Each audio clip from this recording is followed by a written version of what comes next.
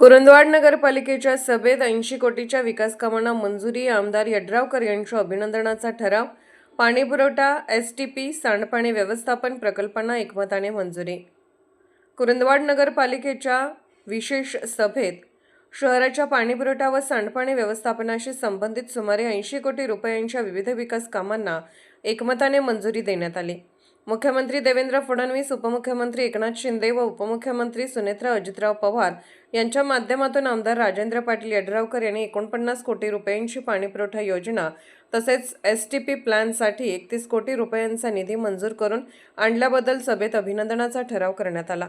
कुरुंदवाड शहरातील वापरलेल्या पाण्याचे व्यवस्थापन करण्यासाठीचा प्रकल्प स्वच्छ भारत अभियान नागरी 2.0 अंतर्गत राबवण्याबाबतचा विषय विशेष सभेसमोर मान्यतेसाठी ठेवण्यात आला. यावर सविस्तर चर्चा झाल्यानंतर सभेने या प्रकल्पास मंजुरी दिली. या प्रकल्पामुळे शहरातील सांडपाण्याचे शास्त्रोक्त पद्धतीने व्यवस्थापन करण्यास मदत होणार असून पर्यावरण संवर्धनासह प्रक्रिया केलेल्या पाण्याचा पुनर्वापर करण्यासही चालना मिळणार आहे. तसेच कुरुंदवाड शहर पाणीपुरवठा योजना महाराष्ट्र सुवर्णजयंती नगरोत्थान महाअभियानाअंतर्गत प्रस्तावित करण्यात आली आहे.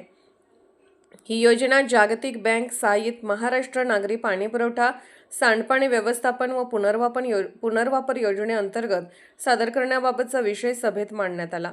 त्यासही सदस्यांनी एकमताने मंजुरी दिली. शहराच्या वाढत्या लोकसंख्येचा विचार करता पाणीपुरवठा व्यवस्था सक्षम करणे, भुयारी गटार व्यवस्था उभारणे आणि सांडपाण्यावर प्रक्रिया करण्यासाठी सीईटीपी प्लांट उभारणे या कामांना विशेष महत्त्व आहे.